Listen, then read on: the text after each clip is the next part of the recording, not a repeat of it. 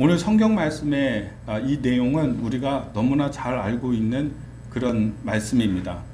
한 번쯤은 또 여러분이 들어보신 그런 사건의 이야기인데, 한 여자가 예수님의 옷자락에 손을 띄어서 그의 혈루병이 완전하게 깨끗하게 낫는 기적의 역사를 오늘 기록하고 있습니다. 저는 오늘 이 말씀을 통해서 이 여자에게는 엄청난 역사와 하나님의 은혜가 나타나게 된 것인데, 그런 은혜가 또 우리의 삶 가운데 미치게 되기를 원하면서 오늘 말씀을 준비했습니다. 오늘 이 여자에 대해서 좀 우리가 깊이 알아보는 게 중요하다라고 생각이 듭니다. 말씀을 좀 보겠습니다.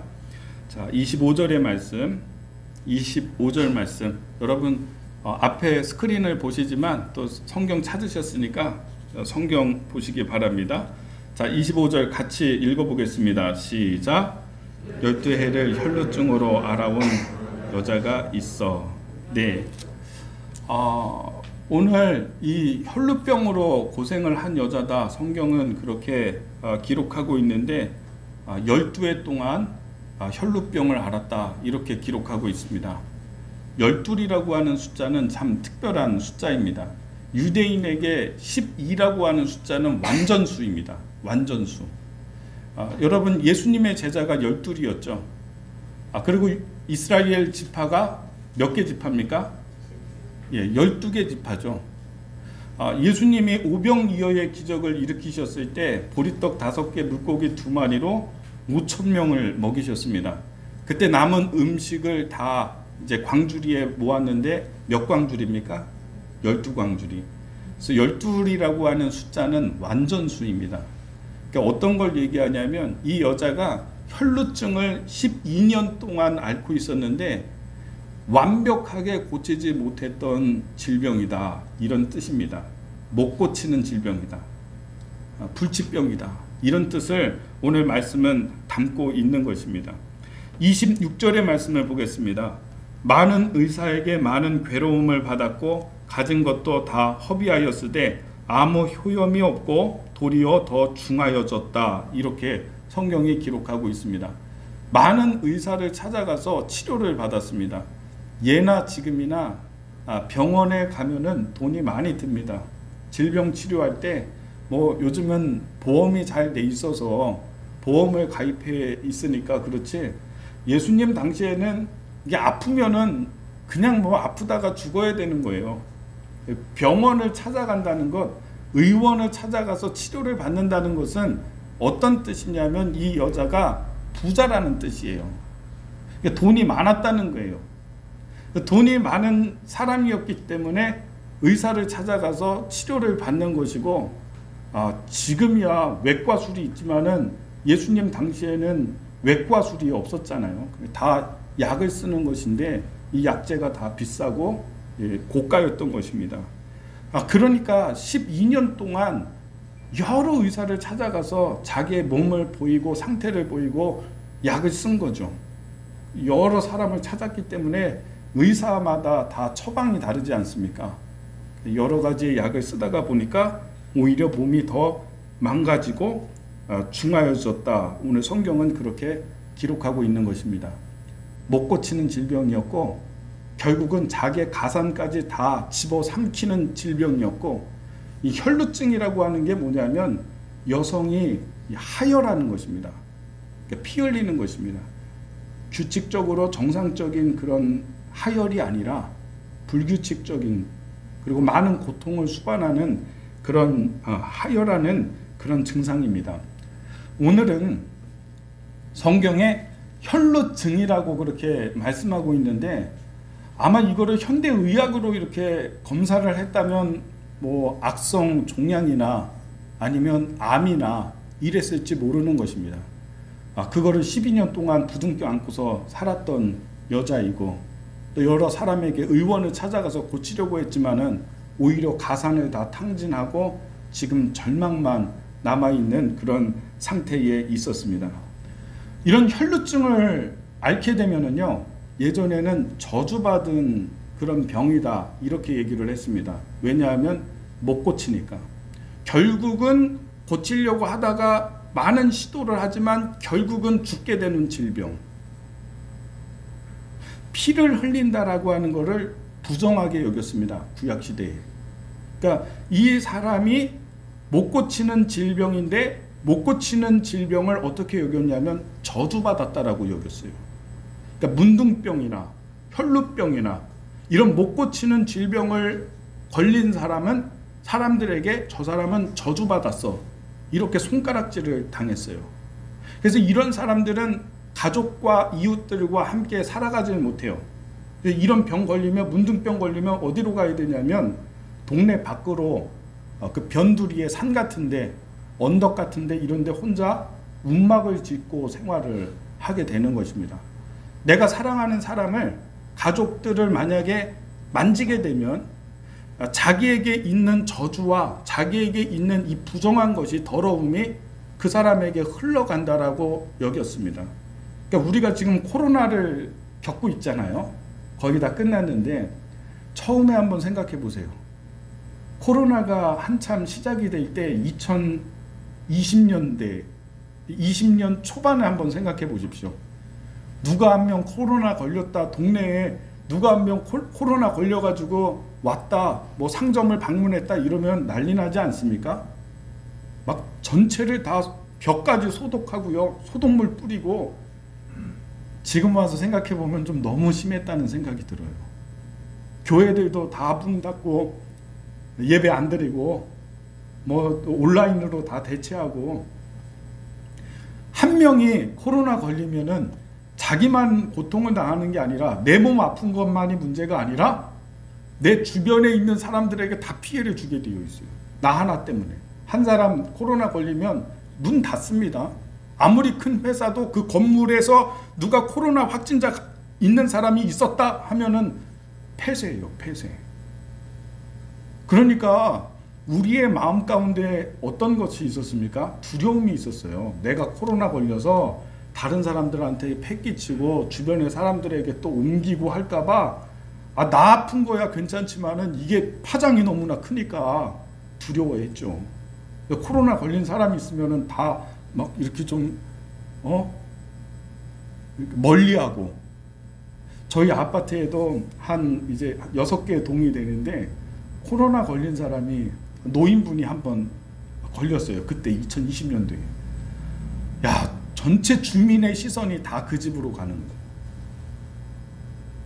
여러분 그렇게 생각을 해도 될 것 같아요. 전염될 수 있고 다른 사람에게 이 병이 흘러갈 수 있고 불편함이 끼칠 수가 있기 때문에 이런 병에 걸린 사람은, 혈루병이 있는 사람, 그리고 문둥병 걸린 사람은 이 사람이 어떤 자리에 앉으면요, 그 자리도 부정해지는 거예요. 그래서 앉고 일어나면은 거기를 물로 이렇게 다 빨아야 되고 씻어야 되고 7일째 되는 날까지 이렇게 거기 만지면 안 됩니다. 7일이 지나면 깨끗해진다. 이렇게. 그러니까 여러분 이게 얼마나 괴롭고 고통스러운 병입니까? 사랑하는 자녀를 만지면 안 돼요. 왜? 나의 부정함이 흘러서 그 사람을 부정하게 만들고 나의 저주가 흘러서 저 사람을 저주로 바꾸고 이렇게 되니까. 그러니까 이런 사람들은 어떻게 했냐면 문둥병자들은요 번거지 같은 거 뒤집어 쓰고서 죄인처럼 살았던 거예요. 다닐 때에는 사람이 많은데 가면 안 돼요. 사람이 많은데 만약에 가게 된다면 항상 자기의 위치를 알려야 됩니다. 나는 부정합니다. 나는 부정합니다. 큰 소리로 외쳐서 내가 부정한 사람이, 문둥병자가 혈루병 앓고 있는 사람이 여기 있습니다 라는 사실을 알려서 사람이 다가오지 못하게 만드는 거죠. 그렇게 해야 돼요. 만약에 안 하고 그러고 있다가 누군가가 자기를 만졌다 이러면은 뺨 맞는 것이고 돌 맞는 것이고 이렇게 되는 것입니다. 이 여자는 얼마나 고통스러운 시간을 12년 동안 보냈겠습니까? 돈도 없고 이제는 치료받을 수 있는 방법도 없어요. 그래서 죽는 것만 기다리고 있는 그런 때에 이 여자에게 소문이 들려오기 시작합니다. 자, 말씀을 보겠습니다. 27절의 말씀에 보면, 성경을 보십시오. 27절에 예수의 소문을 듣고 무리 가운데 끼어 뒤로 와서 그의 옷에 손을 대니 이렇게 되어 있습니다. 저를 보십시오. 절망하고 있었는데 그래서 움막에서 안 나오고 죽을 날을 기다리고 있었는데 소문이 들리는 겁니다. 마을이 시끄러워요. 왜 우리 마을이 이렇게 오늘 시끄럽지? 봤더니 예수라고 하는 분이 우리 마을에 오셨다는 얘기입니다.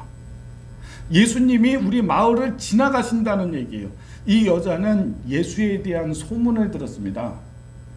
그분은 하나님의 아들이시고 그분은 못 고치는 질병이 없으시고 그분은 문둥병자도 고치셨고 안진뱅이는 일으키셨고 보지 못하는 사람의 눈을 뜨게 하셨고 그분은 하나님의 아들이다, 그리스도다, 이런 예수님에 대한 소문을 들었어요. 근데 그 예수님이 지금 우리의 마을에 오셨다는 얘기거든요. 이 여자의 마음 가운데 믿음이 생기기 시작하는 것입니다. 내가 그분을, 그 예수라고 하는 분을 만나기만 하면은 그분이 나를 고칠 텐데. 물론 내 병이 12년 동안 못 고치는 질병이었지만, 어떤 의사도 내 병을 고치지 못하는 불치병이지만, 그러나 그분이라면, 예수님이라면 내가 그분을 만나기만 하면 그분이 나를 고쳐줄 텐데, 이런 믿음이 생기게 된 겁니다.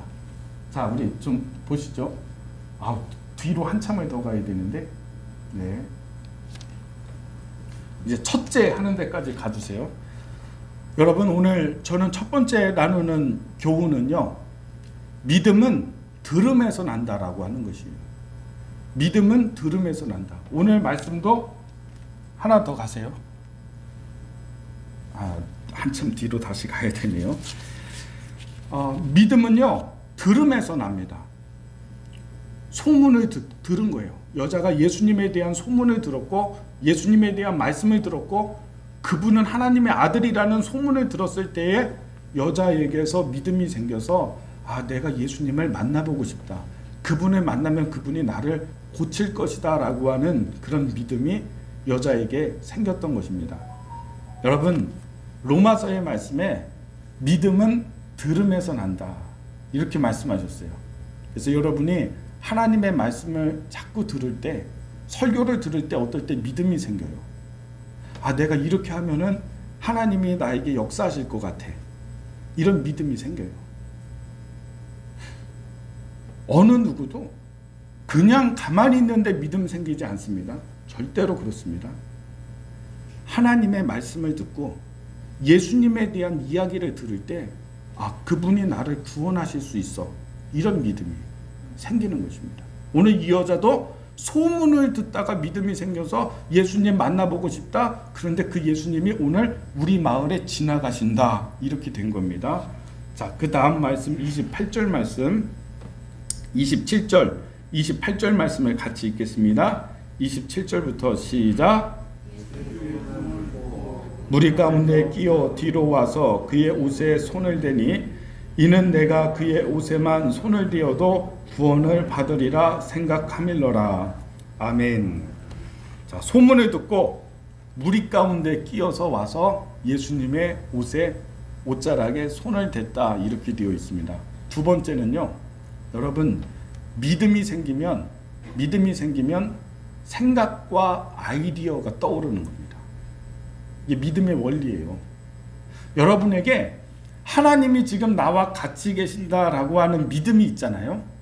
하나님이 내 편이다, 하나님이 나를 도와주신다, 하나님이 내 곁에 계시는 것 같아, 이런 믿음이 생기면 그때부터 여러분에게 아이디어가 떠오르기 시작합니다. 내가 어떻게 하면 하나님의 은혜를 받을지, 어떻게 하면 내가 응답을 받을지, 어떻게 하면 이 여러 가지 문제가 해결될지, 이런 생각과 아이디어가 떠오르는 거예요. 오늘 이 여자도요, 소문을 듣고 믿음을 가졌는데, 믿으니까 내가 주님을 만나기만 하면 주님이 나를 고쳐주시겠다라고 하는 이런 믿음이 생기니까 어떤 일을 하냐면, 용기가 생겨서 조심스럽게 예수님에게 가서 예수님의 옷자락을 만지자. 그러면 예수님의 옷자락에 있는 한 주먹의 은혜가 내 손을 타고 들어와서 내 질병을 치유하실 것이다 라고 하는 그런 믿음을 가진 겁니다. 옷자락을 만져야지 이런 생각을 한 거예요.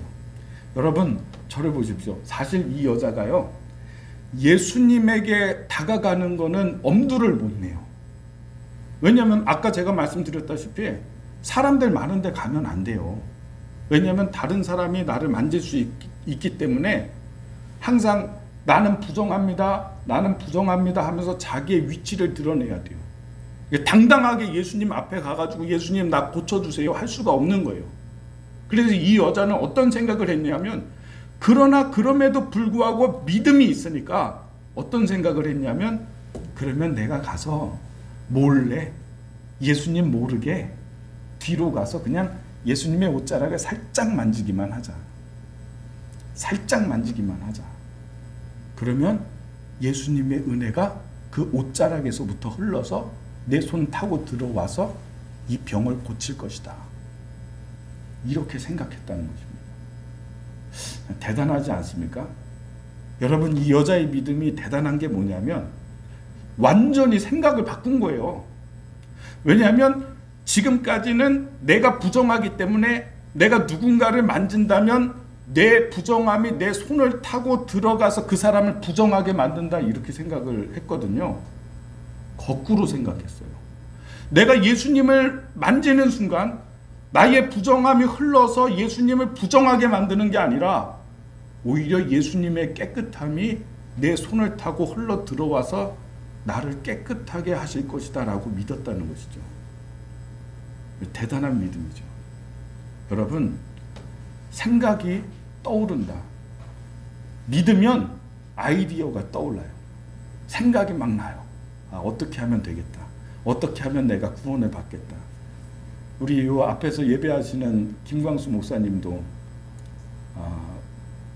이제 목회하시는데 연세가 많이 되니까 한 65세, 7세 이렇게 되니까 몸이 말을 안 듣고 50견이 와가지고 손을 올리질 못하는 거예요.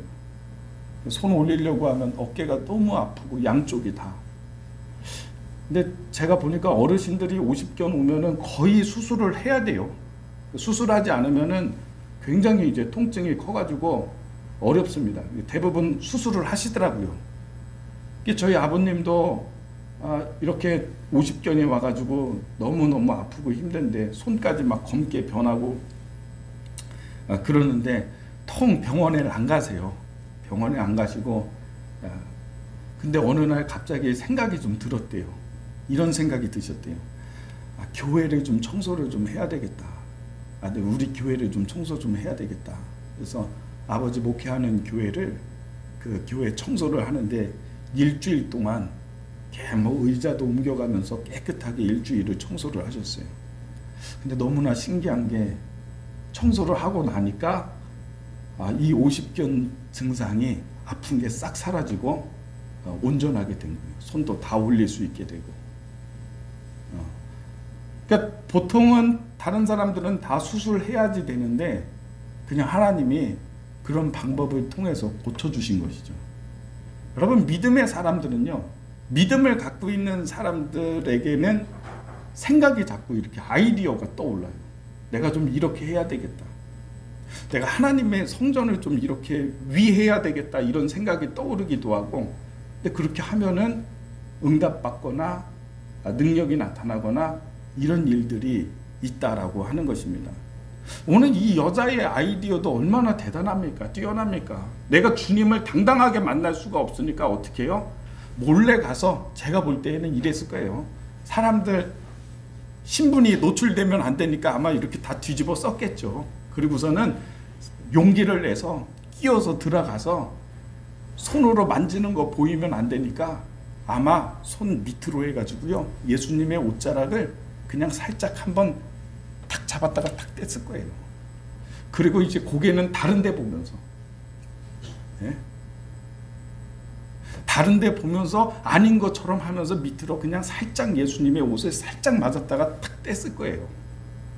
그렇게만 해도 예수의 은혜가 나에게 흘러 들어올 것이다. 내가 나음을 받을 것이다. 이렇게 생각을 한 거죠. 여러분, 믿으면요, 믿음이 있으면요, 이렇게 생각이 떠오르고 아이디어가 떠오른다라고 하는 사실을 여러분 알게 되기를 바랍니다. 자, 말씀을 보겠습니다. 30절 말씀, 29절 말씀 읽어보겠습니다. 시작. 이에 그의 혈로 근원이 곧 마름에 병이 나은 줄 몸이 깨달으니라. 30절 시작. 예수께서 그 능력이 자기에게서 나간 줄을 곧 아시고 무리 가운데서 돌이켜 말씀하시되 누가 내 옷에 손을 대었느냐 하시니. 31절 제자들이 여짜오되 무리가 누가 내게 손을 대었느냐 물으시나이까 하되. 예수님에게 이 여자가 살짝 손을 댔습니다. 그랬더니 정말 예수님의 능력이 흘러서 이 여자의 아픈 부분을 깨끗하게 낫게 했습니다. 이 여자는 자기가 나은 것을 알고 있습니다. 그러나 다른 사람들은 다 몰라요. 또 누가 알고 있냐면 예수님은 알고 있어요. 누가 내 옷에 손을 댔다. 그리고 내 능력이 흘러 들어가서 그 사람을 고쳤다. 주님이 길을 가시다가 딱 돌이켜서 누가 내 몸에 손댔냐 이렇게 말씀하셨거든요. 그랬더니 제자들이 이상하게 여기는 것입니다. 아니 예수님 보세요. 지금 예수님 미는 사람도 있고 애워싸가지고 많은 사람들이 예수님 만지는 사람이 한둘이 아닌데 미는 사람도 있고 당기는 사람도 있고. 여러분 이거 아세요? 예수님 지나갈 때 사람들이 막 몰려들었어요. 그리고 예수님 한번 만져보려고 막 손을 댔어요. 어떤 사람은 땡기는 사람도 있고요. 어떤 사람은 미는 사람도 있어요. 무례한 거예요. 무례한 거. 자기 병 낫겠다고 막 그렇게 하는 거예요. 근데 지금도 그런가요? 제자들이 얘기하잖아요. 사람들이 애워싸서 주님을 당기기도 하고 밀기도 하는데 누가 내 몸에 손댔냐고 말씀하십니까? 라고 하잖아요. 예수님 몸에 손댄 사람이 한둘이 아니에요. 많은 사람들이 손대고 있어요. 그러나 치료를 받은 사람은 누구냐? 오늘 이 여자만 치료를 받았어요. 세 번째는 뭐냐면 믿음이 있는 사람에게 예수님의 능력이 흘러간다는 것입니다. 믿음이 있는 사람에게 예수님의 능력은 흘러간다. 여러분 이 여자가 나음을 받은 거는요 자기의 능력으로 나음을 받은 게 아닙니다. 말씀을 보겠습니다. 34절의 말씀 같이 읽어보겠습니다. 34절 시작.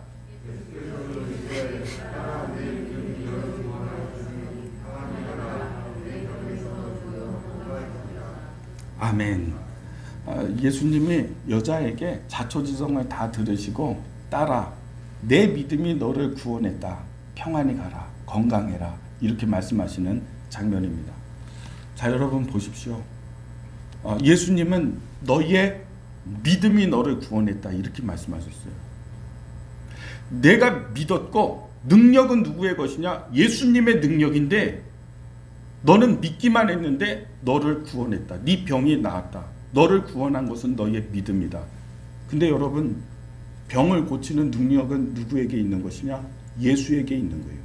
예수님의 능력인데 믿는 사람에게 그 능력이 역사한다는 사실을 오늘 말씀을 통해서 알게 되는 것입니다. 믿음이 있는 사람에게 예수님의 능력이 흘러오는 것입니다. 잘 보세요. 한두 사람이 예수님의 옷에 손댄 거 아니에요. 무리를 애워싸고 많은 사람들이 예수님을 만지고 땡기기도 하고 밀기도 하고 지금 많은 사람이 손을 댔지만 그 사람들에게 예수의 능력이 흘러가지 않았지만은 누구에게 흘러갔냐? 믿는 자.